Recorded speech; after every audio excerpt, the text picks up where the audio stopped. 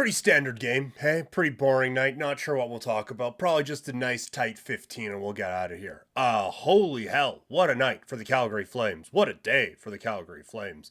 As they pick up a 4-3 win in overtime over the Stars of Dallas. Welcome to Game Over Calgary, everyone. My name is Peter Klein. Thank you very much for tuning in. We will get to the news of the day, the Nikita Zadorov trade coming up in segment 2. So get your questions ready for that. It's going to seamlessly transition into the press conference for segment 3 because I am such a professional. But yeah, we are going to cover the Zadorov conversation coming up there in a little bit. And we're going to break this game down. All of your questions, very much welcome in the chat throughout. If you have anything that's kind of off topic, then maybe save that for when I call for the press conference at the end. But other than that, keep them rolling. It's we had a guest lined up for tonight, ended up not necessarily being able to work out. Last second commitments are what they are. So it's just the family tonight here on Game Over Calgary. But boy, what a win for the Calgary Flames. And I know, a lot of people are looking for rebuilds. Wins don't necessarily help rebuilds. This is one of those ones where it's like, I could give a fuck about tanking tonight, man. That was a blast. Like, if they want to lose a bunch of those, that's fine. But winning some of those sure is a whole lot of fun. And while a lot of these guys are here, you may as well win some of them. So that was a fun one, and really a well-deserved 2 points from the Calgary Flames. As that one was winding down in the third period, and you have like there's 5 minutes gone by, then 10 minutes gone by. It's like, man, Flames have been the better team throughout this whole game. Marchment gets the breakaway on a bit of a breakdown. Tanev races back with more foot speed than I would give him credit for. Comes in and makes a play, and jeez, all of a sudden it's a penalty shot. Marchment with a freaking just laser beam.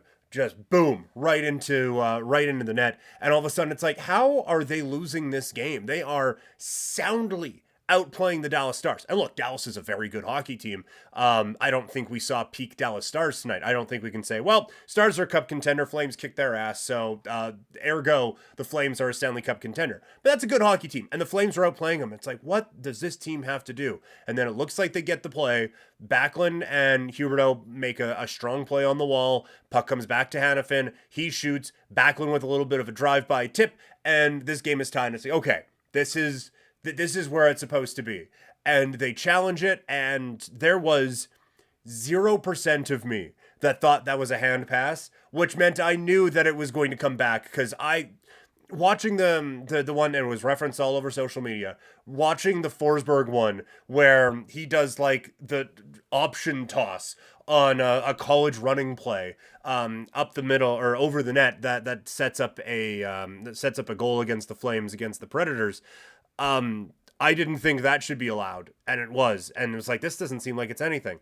So it's probably going to be something. And it ends up being a goal, or ends up being a goal taken away from the Flames. It's like, fuck, that was their chance. This is probably going to be one of those, like, I had already written down on my show run for today, Flames deserve better. And maybe they do. Maybe they deserve better than having to go to overtime and having this be a 3-point game. Maybe they deserve better than that. But they played their asses off in this game, and they deserved 100% of the 2 points that they get. And again, I know the direction that a lot of people want this team to go and all of that, but I think it is nice, especially when you do have some of the younger players in the lineup. It's nice when those types of efforts and those types of nights get rewarded, right? Like, human beings do pretty well with positive reinforcement. And to go out there and just play their asses off and play the type of hockey and the type of game that we want to see this team play consistently, to then get rewarded for that, in my opinion, that has to mean something. What going forward, I don't know if tonight changes the trajectory of the franchise going forward, but for everyone involved, and I think for Coach Huska as well, to have the players now starting to kind of play the style they want and to have it work, I feel like that kind of shit means something. And so this is a good night, I think, for the Calgary Flames. And a good night for Flames defensemen. Weegar with the goal. Just a quick aside. I don't mind Greg Millen as much. I know anyone who is on any broadcast is going to be rather polarizing. This may surprise you. There are people who don't like me. So like anyone on any broadcast is going to be rather polarizing. But I don't mind Millen as much as other people. I forgot where I was going. I don't mind Millen as much as some other people. He had a couple ones where that Weegar one, he's like, well, can't review that. I was like, I beg to differ. From the TV view, that looked every bit like this is going to be an offside review, and it wasn't by that much. And then on the overtime goal, it's like, well, could it have been kicked in? Well, it's like, I don't know, man. His stick was in the goalie's glove. Like, that's probably going to get looked at. I think it should count, but it was there. So I feel like we're being really dismissive. So I think he kind of missed on a couple of pretty obvious potential review things tonight. But overall, like Weegar, that was a really nice play at the blue line on the goal that counted. Hanifin, that was a perfect shot on the goal that didn't count. And it is too bad that Hanifin is probably definitely on his way out of Calgary, because he is now starting to become the guy that I thought he could be. Like, I think that this is one of his best years as a Calgary Flame, just watching it. I'm sure there are numbers that would disprove me, but watching it on the ice, he has been fantastic. And the offensive upside that you guys probably listening all got sick of hearing me talk about last year, whether it was here or on the radio, talking about like, look, we have only scratched the surface on what these guys can do offensively. If you said that every time, or if you took a drink every time I said that, then I apologize for your drinking problem now, because I was banging the drum for that, and we're getting it now. And you are seeing the offensive potential of Noah Hanifin, and we are now starting to see what a fully unlocked Mackenzie Weegar can look like. And so I think from a Flame standpoint tonight, there was a lot to be really positive about. And I think kind of bigger picture, I liked how the defense played tonight. And that will lead into a bigger picture conversation coming up in segment 2 when we discuss the Nikita Zadorov trade. But I thought that this was a team that struggled to score goals last season. There's no question about that. And one way they could do that is have the defense be a little bit more active when it came to the offensive side of things. And that has absolutely paid off. And it did tonight with Weegar getting the opportunity there. You have Hanifin with the shot that set up the goal that ended up not counting for reasons that remain unclear to me. But I love how active this defense is on the offensive side of things. I love how aggressive they are. It is it's been a really, really strong night for the Flames defensemen, and a real strong year for them as well. Conrad, Audie and me in the Dome tonight, 100% dubs. Hello from the Cowboys parking lot. Oh, well, thank you. Yes, hello. From, I assume most listeners should be watching from the Cowboys parking lot. It is peak viewing spots for some of these, but thank you for watching wherever you are watching tonight. Remember to like this video and subscribe to the channel. A couple other high notes from this one. There was a lot of them, right? Like if we could kind of just go through the roster, and like the antithesis of the Grinch in Jim Carrey's The Grinch, where he just like runs through the phone book and says how much he hates everyone. I feel like we could run through the roster tonight and talk about how much we liked everyone's game, because it was that type of a night. But once again, the Kadri night was just excellent. Oh, a couple people saying the stream stopped. That shouldn't have happened. I hope that everything is going all right now. It's working fine for me on my end, so I hope everything is going all right for everyone as well. But if there are other issues for people watching the stream tonight, let me know and I will try to fix it. Nothing looks weird on my end, so hopefully everything is going all right. But for those of you who are still within the sound of my voice this evening, which may just be my wife and dog in the other room, but this was another really great night for the Kadri, Zary, and oh good, we're back now. All right, really good night for the Kadri, Zary, and Pospisil line. Like, they were buzzing. I don't know if when Zary got benched, he went to NHL 2024 and tried all the fancy dangles that you can do. It's like, oh yeah, I could do that on a human. But man, My guy was looking out here looking like Jaromir Jagr tonight. Just like Deke, moving around, swimming everything. Just great chance after great chance after great chance after great chance. He was excellent. Pospisil has another one of his, what's turning into the vintage Pospisil move where he's driving hard to the net. And there was just a couple of times where it's little things, but in the first period, it didn't lead to any offensive chances, really. But Zary and Pospisil were in there just like little fucking flies that were pestering the Stars enough to limit the breakout for them. And you saw later in the night how quick that Dallas Stars team can be in transition. It was just like quick bing, bang, boom. And then all of a sudden, something named Harley is scoring a goal and the Stars are on the board. It's like, what the hell is going on? So for Zary and Pospisil to create that type of an issue for a Stars team that's pretty good in transition was a really nice moment for them. And I think overall, another really strong performance. Like, you can see the confidence that Zary is playing with, and any concerns you had or we would have had about him being benched and what that would do for his confidence are just all the way gone now with how well he has played. Pospisil has been just absolute dynamite, and they have found a way to get, I don't know if it's the best of Nazem Kadri, but if it's not, it's close to the best of Kadri out. And that has been, that's a huge thing for the Flames, because tear down whatever is, Kadri's going to be here for a while. And same thing with same thing with Huberdeau. So you may as well get those guys going. And I think they have found a way to do that with Kadri. And I think that they're starting to get there with Huberdeau tonight, having a strong play to set up a goal that ended up not counting. And then he gets the assist on the winner, which, by the way, for those of us long suffering the last couple of years, Flames people here, how nice was it to hear Huberdeau to Kadri and they score? Like, just to hear that for a game winner against one of the top teams in the league, You would have liked to hear it a little bit more over the last little while, but goddamn was that nice to hear. It's just, this was a great night for the Flames in general. I am coming away from this night. I was entertained. I had a blast. It was so much fun.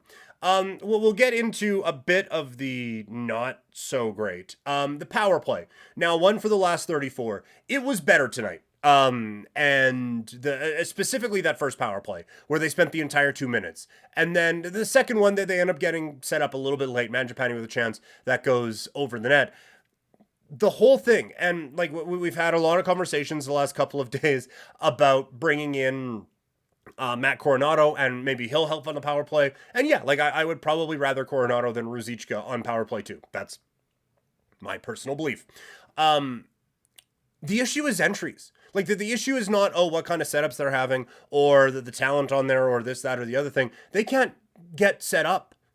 And you saw it when they actually get set up. It's not Edmonton from last year, or Washington from their heyday, or Toronto when they load everything up with a NHL 2004 hero line, but it was good. Like, they were pressuring, the crowd was bumping, the dome was going, Audie was fighting people for trying to start the wave. Like, there was all of those things were happening, all of that 100% accurate, and I thought it looked fine, but then in the second one, they couldn't get set up, and it wasn't fine.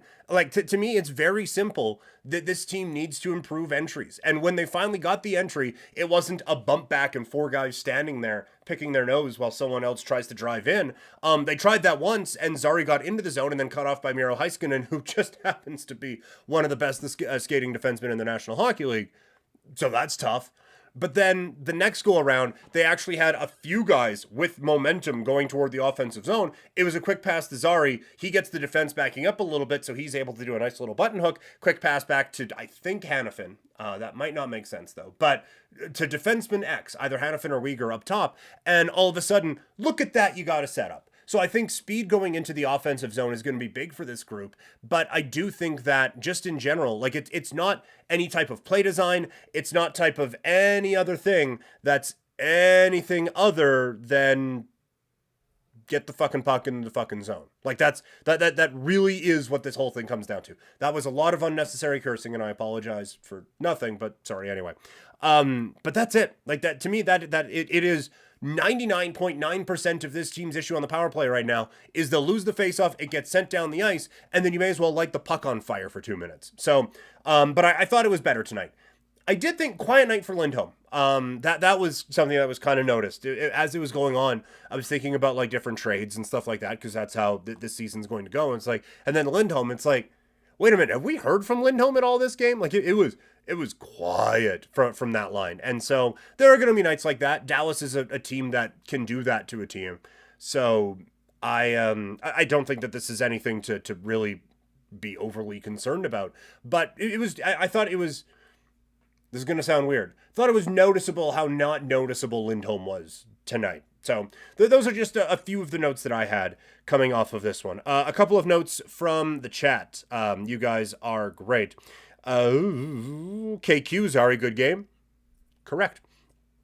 Conrad here. Why is Igor running zone entries? That baffles my mind. Yeah, no, that one that one wrinkles my brain as well a little bit. I don't love that one. I think Sharon Govich is going to be fine as a player. That's not his strength. Now, I don't know whose strength it is, but like I said, when they came in with actual pace coming toward the line, I thought it worked perfectly. So if you can kind of like this is a reference that we can use on a Canadian one, but even then, I don't know how many people we're going to get. If you want to do it like the waggle in the CFL, where you can time it up so a bunch of guys are getting to the line with some speed at the same time, that seems like it would help a little bit. So just go watch the Montreal Alouettes and figure out how to run a power play. That's what it is. Keep the chats coming in there because you guys are doing great right now. We apparently a couple people had a stream hiccup, but we are back running. So subscribe to the channel, like this video, and for those people who maybe had a hiccup before, send that video out again. Let's share this video. Let's spread the good word of how well the Calgary Flames played tonight. That stuff, the sharing of the videos, the liking it helps us grow. We are so close to 100,000 YouTube followers. We would like to get there. So it's a blast. Talking to people today about how much fun I have chatting with all of you guys, talking Flames. And it's much more fun when the games are fun, like it was last night. But I do feel like we're going to have more conversations like this as the Calgary Flames make a trade earlier in the day with Nikita Zadorov on his way to the Vancouver Canucks in exchange for a 5th round pick in the upcoming draft and a 3rd round pick in 2026. I will let you all stew on that for just one moment while I take a sip of this here water. All right, now that you've fully let all of that sink in, I want to say this very clearly right off the bat. All of you listening to the chat, I love you dearly. I appreciate all of the support, whether it's here or other places that I talk, and I think the world of all of you. I'm saying this because the reaction I saw on social media today is vastly different from how I feel about this trade. And I don't want what could be a little bit of a disagreement between you and I here to affect our relationship in any way. Because this is all coming across very sarcastically, but I mean it. You guys are great, and I like that we can have fun chats on here. And a lot of times I feel like me and the chat are in agreement, but I am way off on how people are viewing this trade. I think this is fine. You guys have probably picked up the vibes here. I'm not headlining the Zadorov fan club by any stretch of the imagination. I think he's fine. Like, I think he does some things on the ice where it's like, holy hell, this is one of the most talented human beings in the world. And then he does some things on the ice where it's like, man, I definitely would have seen that in the East Coast Hockey League. Like, you ride that roller coaster with the big man, and it can get a little infuriating at times, and I don't value that necessarily. And so seeing some of the stuff out there today, in my opinion, Zadorov, and I know it was bothering me how much all the people on TV were echoing how I felt, because like, I don't always love it when all of them agree, and then it sounds like I'm parroting company lines or anything like that. But Zadorov's a 5'6" defenseman. Like, he is playing 5'6" on the Canucks. Like, that's probably where he's going to set up. And honestly, when Susie comes back, I don't know where he fits in. Like, I'm not saying he's going to be benched for 20 games at a time, but this is not someone who is like absolutely stone cold lock, top 4 defenseman, great hockey team. He is a fine 5'6". No problem with him as a fine 6 or 5'6", but he's a 5'6". Those guys get you roughly a third to fifth round pick. The fact that they got both a third and a fifth, I think is good business here by Craig Conroy. Like I know we all love him and we see the upside of this guy, but at the end of the day, he's a third pairing defenseman making close to $4 million in a league that is basically exclusively all just right up against the salary cap. So to come away from this with a third round pick, there are conditions on it that are attached to a Blackhawks trade from like a day ago. But it's a fifth round pick, but it could be a good fifth round pick. But still, it's a fifth round pick. We're not going to argue that one. Well, it's actually just like a fourth round pick. I'm not going to do that. But to get a fifth and then a third out of this one, and like that's, to me, that is as good as you were going to do. I saw a lot of people saying it should have been at least a second round pick because of the amount of teams involved. And look, I was one of the ones too. I said, like, I thought because there was going to be a bit of bargaining here for the services of Nikita Zadorov, maybe this would up the price a little bit. There is a limit to that though. You know, like if I went around and was like, hey, do you need this pen? People will be like, yeah, I need a pen. Yeah, I need a pen. Oh, okay. We got a bidding war. I'll take 25 cents for this pen. Yeah, okay, I'll 25 cents. A couple people say 25 cents. Okay. If I ask for $1 for this pen, everyone's telling me to go fuck myself. And so that's kind of it, where it's like at some point, every team had a go screw yourself line on the Zadorov thing. Forced metaphor, but you followed me. Like you could say, like, yeah, I think because of all the teams involved, the Flames should have been able to get a second round pick out of it. Well, if you went to every team and said, hey, can we get a second? And every one of them said, no. And your response is, well, then you're not going to get them. I would imagine most teams probably went, okay. Like that's basically it. Again, love Zadorov, love the contributions, love a lot of what the player can do. However, he ain't a top four on a good team, and he's not worth a second round pick. I genuinely don't see it. I wish I was there with you on the Flames should have got a second round pick thing for him. I'm just not there. The Flames got a third and a fifth for a guy who was a fifth pairing defenseman on a team that sucked a year ago, and a team that has bordered on sucked at times this season. It's not there to get a second round pick. Like you look at some of the players who were traded in deals for second round picks last year. Zadorov doesn't fit. He fits much more with the folks who were traded for third round picks coming up in this year's draft. So I think this was a really solid job by Craig Conroy and Flames management on this one. And I think the other part of it too is not having to retain any of the salary. And I was prepared for the Flames to retain salary.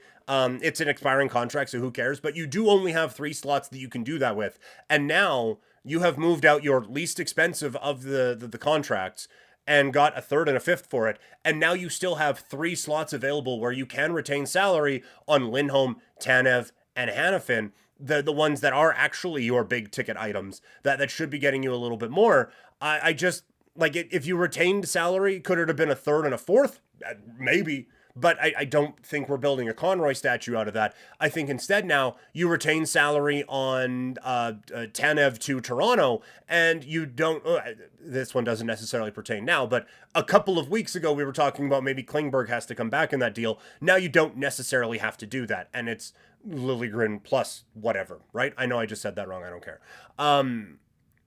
I think now being able to retain on Tanev and Hanifin and Lindholm, and you can get creative again, bringing up, I know the label that pays and all of that, but doing what Toronto did last year, where you can retain on Lindholm, funnel him through somewhere else to retain some more as well, and then send him to whoever the fuck you want.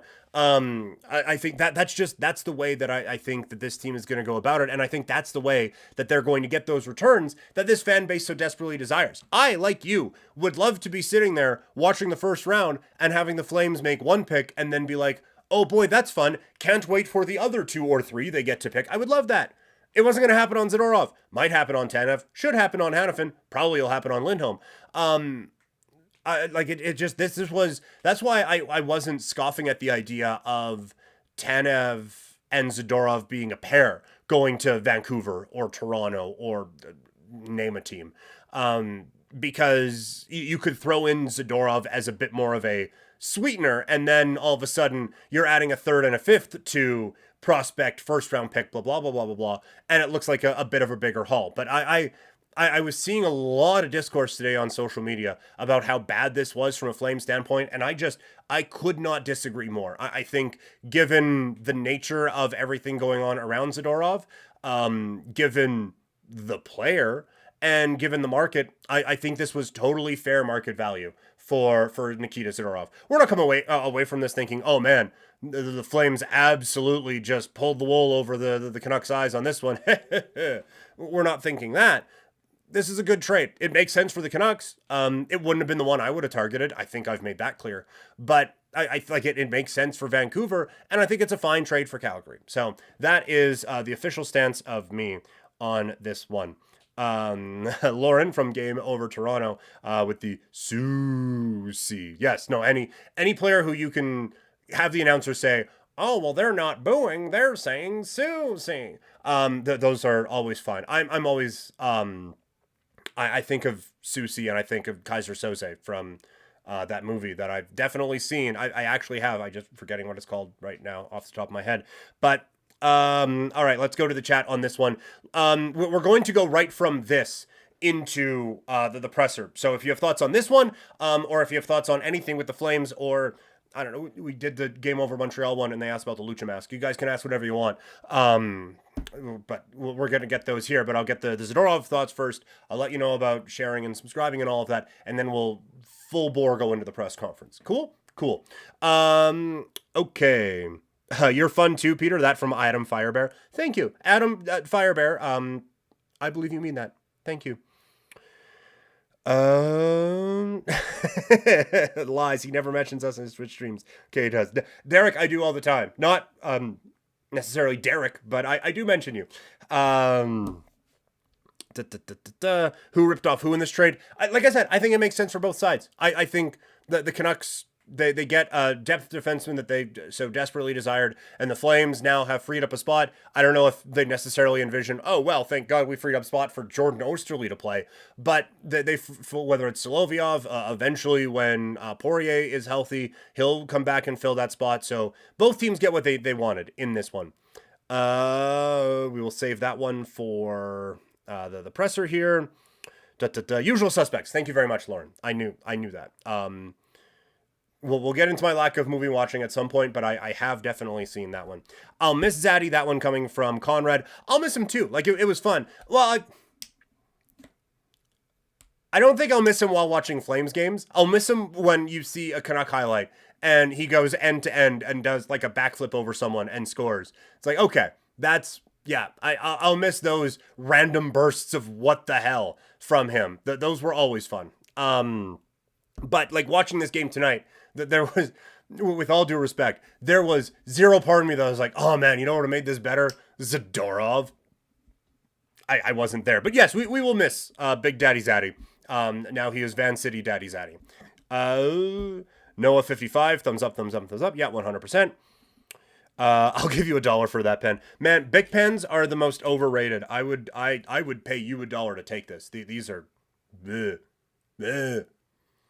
It's a wonder that every thumbnail on here isn't me just looking like a complete idiot. Paul Singh. At first I was disappointed with the return, but then I realized the trade was fine. People are overreacting way too much. That was fair. KQ, he was toxic. Yeah, I mean, like the guy pretty openly said he didn't want to be around anymore. And while the Flames couldn't have just traded him that night, because that sets a really bad precedent, it became... I think he moved to the top of the priority list of get the hell out of here. I think that kind of became pretty apparent. It's interesting they're going to play them now for the first game. That's always fun. We always blow our second round pick. It's probably for the best. Zadorov is made of a crayon. Yeah, but like a good crayon. Flames fans have overvalued Big Z because he was one of the guy that this city loves. Yes, and look, like everyone's going to have that, right? And Vancouver's probably going to love this dude.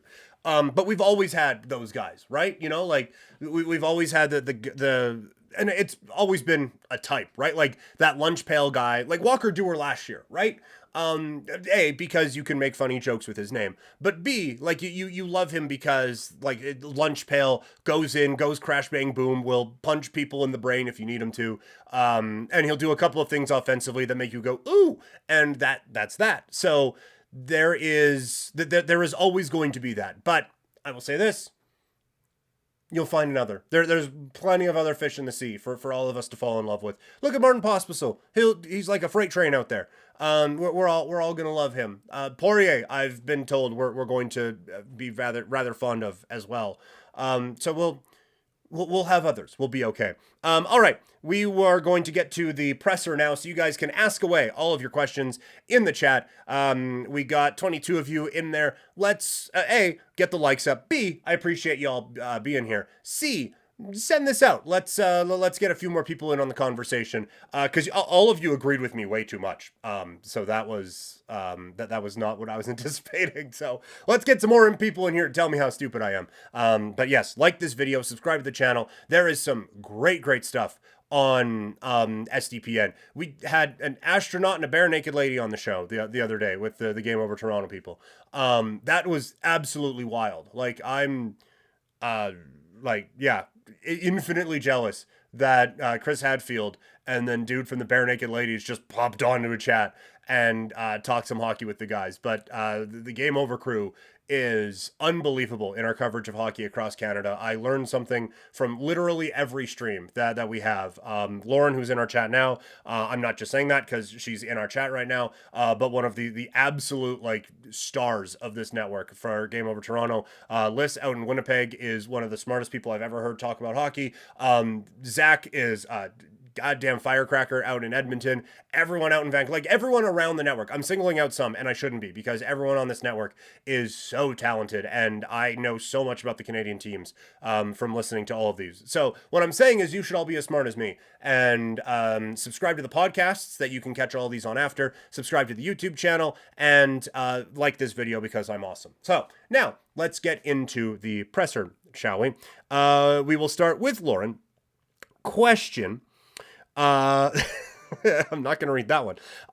What's the next move you'd like to see the Flames make? Small move for low picks, or move biggies out for higher/rookies? I think we have now, unless there's going to be like AJ Greer for a 6th or something like that, I think we have now reached the big ticket items of this fire sale that's going to be happening. Pun 100% intended. With the Flames, like the Zadorov one was always going to be the stocking stuffer, and now we are going to get the like, oh wow, Santa just came and there's a present as big as the tree underneath there, and I need to know what that is. Those are going to be next. So if I had a guess, I would say Tanev probably goes next. From a Flame standpoint, you're worried that he's going to dive face first into another hockey puck, one that's moving in particular.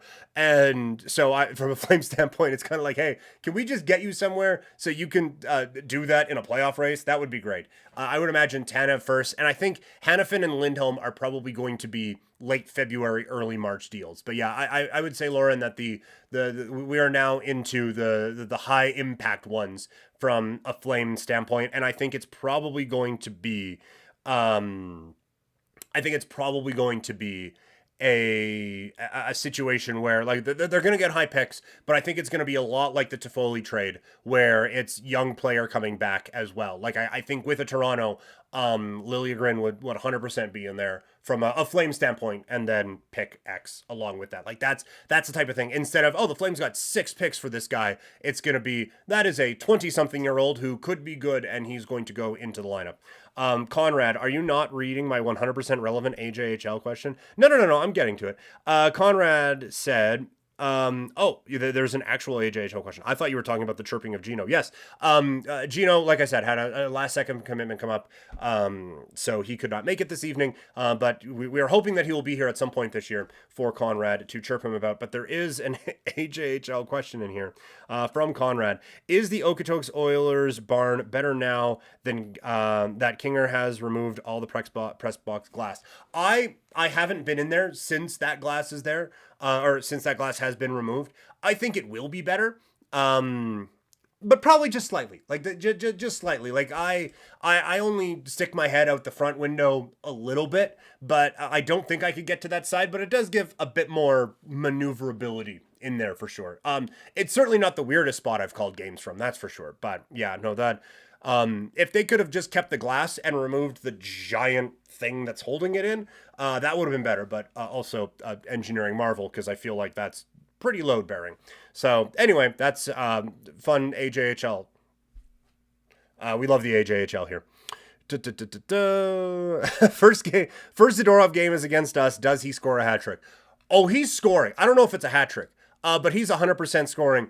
And Michael Backlund's going to fight him. That's my prediction.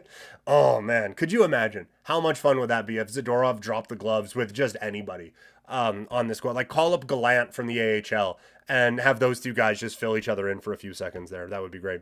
Weston messaging in. Zari looked good again tonight, much better than the past three. What do you think his ceiling is? I have said before, I think odds are he ends up as a like middle six scoring type of a player, but there, like, I think the ceiling is a top line winger, but one that is kind of carried a little bit, you know, like he is one of your top three forwards, but he's definitely third, you know, like that sort of a guy. But I think like he's not like greater than Anson Carter with the Sedins, but something along those lines where it's like this guy is good enough to be on a first line, but holy crap, those other two dudes. I think that, but I think more than likely he ends up as like just a solid second line player. That's where I would kind of pit him right now. Would Zadorov have prevented Van's 4-1 dumping by Vegas right now? 100%, yes. Or he would have handed the puck over to Jack Eichel and it'd be 6-1 right now. That's the type of point you're getting with Zadorov. Man, that one's... I can't figure out Vegas. Right, like I thought they were going to stomp the Flames, and they didn't. And I was like, okay, well, they're not going to lose to the Oilers. And then tonight, it's like, well, I mean, maybe they're stumbling right now and scuffling against the Canucks. Oh, they're losing to Vancouver. I'm going to quit trying to predict what Vegas is going to do, or I'll just say they win all the time, and now the rest of the Pacific Division can catch up. Presser question again from Adam: what will the Flames look like in 2 years? Well, hopefully they'll look like a team that has a Blasty jersey, but with white. That's what I'm hoping for. But I think that this is going to be a team that honestly and truthfully, as much as we talk about they're going to blow this thing up, I don't think it's going to look wildly dissimilar to what you see now. Like, I think Zari will be there in a more prominent role. Coronado will definitely be there in a more prominent role. Poirier, I think, will be one of the top defensemen. Like, I think you'll have a top 4D instead of Hanifin, Tanev, Weegar, and Anderson. It'll be Weegar, Anderson, Poirier, and defenseman X. I don't know if I put Solovyov in there. You'll have Wolf between the pipes, probably in like 55-45 split with Markstrom that draws criticism all the time. But like Backlund's still probably going to be here. Coleman, I think, will probably be here. His contract, he's got 3 years left, right? So maybe by this time, 2 years from now, Coleman will be the one that the Flames are shopping a little bit. But there aren't a ton of pieces that I think get moved away. I would be surprised if Dubé was still here.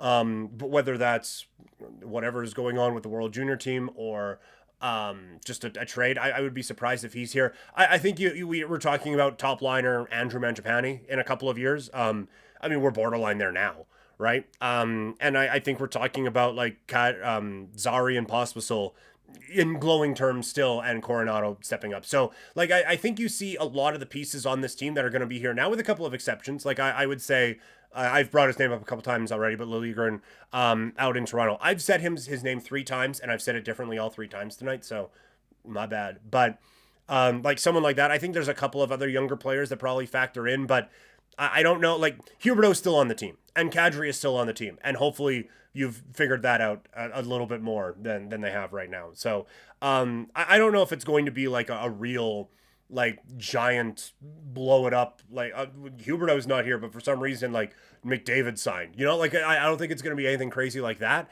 I think a lot of the moves this year are going to be the big ones of the rebuild, and then you kind of piece around it after that. So yeah, I don't know how well that answered your question, but I at least said a lot of words. Joe Moma, sorry, took some serious puck luck for the Flames to win this one. It did and it didn't. Like it they did get lucky with a couple of things, but they also got wildly unlucky, I thought, on a review that shouldn't have gone not their way and ended up going Dallas's way. Like, I thought the Flames were the better team tonight. I don't think that, like, maybe the goals that they scored were a result of puck luck, but I thought they pretty soundly outplayed Dallas in this game. Oh man, you guys are great. Da, da, da, da, da. Gilbert holding off throwing fists with Ben in the second, show he has hockey sense and not give Dallas a spark in the second. Yeah, that's fair. Like, I think a lot of people would be like, oh, we would trade Gilbert off for Ben at any point. But this Dallas team doesn't seem like they need much of a spark to just get going, right? Like, everything was going the Flames' way.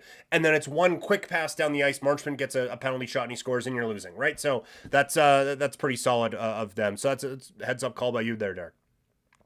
How soon do we put Coronado back in, going at 1.25 points a game with the Wranglers? We had Paige Seward on a couple of streams ago. I would there's a chunk of that I would go back and rewatch. Even though like a lot of the game stuff is obviously dated, but just go back and listen to some of that. She was saying like he is playing well. There's still another level for him to get to, I think. And so because of that, I think he'll probably be with the American Hockey League for a little bit too. The thing is, like right now, I don't know where you put him in, right? Like I don't want to call up Coronado and have him play 8 minutes beside Greer. And that's his lot in life. Like if we're calling him up, we want him to be playing in a top six role, and there just isn't that on this team right now. It's not like this team is playing so well that you couldn't possibly shake things up. But Zary, Kadri, and Pospisil is working right now. Huberdeau, Backlund, and Coleman should have got a goal tonight. And then like Lindholm with like you could put Coronado with Mangiapane and Lindholm, but Sharangovich has been fine in that spot. And then like the fourth line, you can do whatever. But like I just said, I don't want to put Sharangovich in a fourth line role. I don't want to put Coronado in a fourth line role. And so that means one of those guys has to be in the A. It may as well be Coronado. So I think you give it a while still. Let him go, get a few more things figured out. Get a few more reps at the professional level, and there's going to be room on this team. Trust me, there's going to be room. So I think he probably comes up after a trade would be, or if someone gets hurt. Like if someone gets hurt, call him up tomorrow, right? Like I have no problem with it. But just as things stack right now, I think he's fine, kind of marinating in the American Hockey League. Lauren saying I'd be down to trade Lily. I'm just gonna call him Lily from now on, so I don't Dave. Like that's the type of player that I think the Flames are going to be targeting, right? Like someone who has potential, like everyone can be excited about him. We do tend to overvalue some Toronto people sometimes, as Lauren pointed out in a chat this evening. But I do think that he would be a fine fit and the type of player that the Flames would kind of be going after right now. It's going to be those, hey, this guy might be good, might not be, but he's young, so we have time to figure it out, right? Like the better versions of Lassie Thompson type of moves. Yes, I saw that. Yeah, the glass was removed today. Conrad, what site gives me odds on anytime Zadorov fight for the next game? I don't know if you can bet on anytime fight. I don't know if I've seen that one before. I'm sure you could somewhere, or just, I don't know, find a guy on the street. We don't condone that. I'm kidding. That was for jokes only. If the Flames move Lindholm, Tanev, and Hanifin, who, as the Flames GM, do you target first at the trade deadline? I target, like, picks. All of your picks. Give me picks is what I'm targeting. In terms of, like, the type of players that I'm going for, like I've brought up Lily a couple of times. I think Höglander out in Vancouver is one that I would try to pry away from them if you're going to do that, like someone who has a bit of scoring upside there. I'm sure there are others, but those are the two, just because we've seen Toronto and Vancouver most recently. Those are the types of guys, like probably not a Josh Anderson at this point, and Montreal is not making that type of move, but like I do think, while it does kind of run separate to we are trying to rebuild, but also can we make this team better a little bit? I would try to get Duclair in here. I think him and Huberdeau work, that they've worked in the past, and that is a piece that you're just not going to be able to move Huberdeau out. So may as well bring in someone who works with him. That's what I would say with that. Yeah, sorry. When going over the what are the Flames going to look like in a couple of years? I forgot. Celebrini is going to be centering. With Mangiapane and Sharon Goverson said. That's my apologies. Yes, I completely forgot about that one. There's got to be a disgruntled superstar out there we can get with Lindholm, Tanev, or Hanifin. I just this isn't the NBA. Like I just do you want Patrick Laine in here? I don't. Do you want just flip all those guys for Gaudreau and Lindholm and let's just try it over here. I'm trying to think like off the top of my head, is there like, I would say like up to this year, like a Byfield in LA, but he's actually starting to play like the dude they want him to be. But it's those types of guys. Like it's not going to be Laine or Gaudreau or anyone like that. It's going to be, this draft pick might have hit, but doesn't seem like he's hitting. So let you try it. I think that's going to be a bit more what it would look like. What Leafs prospect are you most interested in? They are pushing Mitten in the rumors because he played with Coronado. I think if you can get Nyes or Easton Cowan, that would be far better. Nyes is probably pushing that a bit too far. I think they think the world of that dude. I think Nyes, that one, you'd have to eat like all of the salary. And you're getting, at that point, I don't think you're getting much of a pick back if you're doing that. So you are kind of accepting that you're going like full in on that side of it. And even then, I don't know if a Nyes, like I don't think he's untouchable in Toronto. I mean, if we're looking disgruntled stars and we're looking at Toronto, I would take Nylander yesterday and just figure out the other of the stuff later. Like, bring him home, right? Bring him back to Calgary. You know what? For Hanifin and Tanev. Yeah, there you go. Take him, and we'll take Nylander, and all will be fine. Why was Pospisil benched in the third period for Dubé, Peter? I don't know. In part, they didn't ask me, so I would have told them not to do that. I didn't see one thing Dubé did tonight that required that. So if anyone has seen something from the presser tonight that you could send in the chat, I haven't seen it, but that surprises me greatly because I thought Pospisil was fine in this game. I didn't think he was lacking, and I didn't think anything that the Flames needed to do in this night could only have been accomplished with more Dylan Dubé. So that's like I said before, he's another one who I would get out of here probably as soon as possible. But that's just me.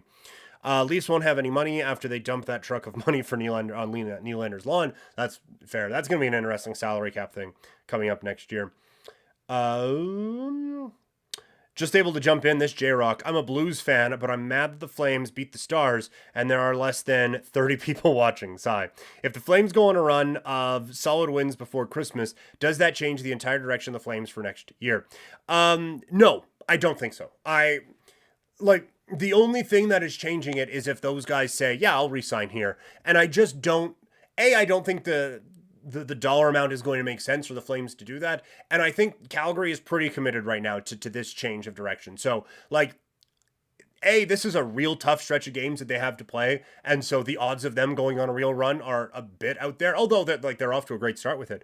But I just, unless they win 14 in a row or like 12 of 14 and are in a top 3 spot in the Pacific or a top 2 spot in the Pacific. And even then, I think that this is an organization that kind of sees how things have been going over, the last couple of years and just need to move on. I do think it maybe puts a bit more of a focus on players who can trying to get players back who can contribute more effectively now than just the roll of the dice guys that I've been talking about throughout this. I think maybe it elevates the type of players that they're looking for a little bit more, but I don't think that it means they bring Lindholm back. I don't think it means they bring Hanifin back, and I don't.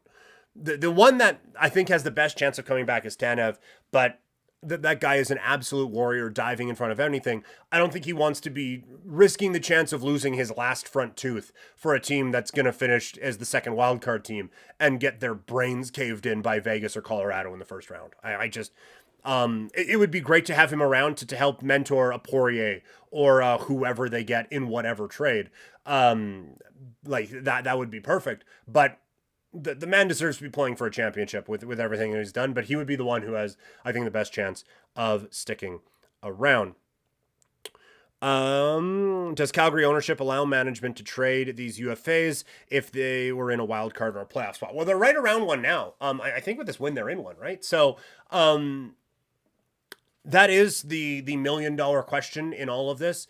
Is how willing is ownership to do a full rebuild? And I have said before, not. That's why, like, I think tonight's is the last one that you're going to see of trades that is just draft pick.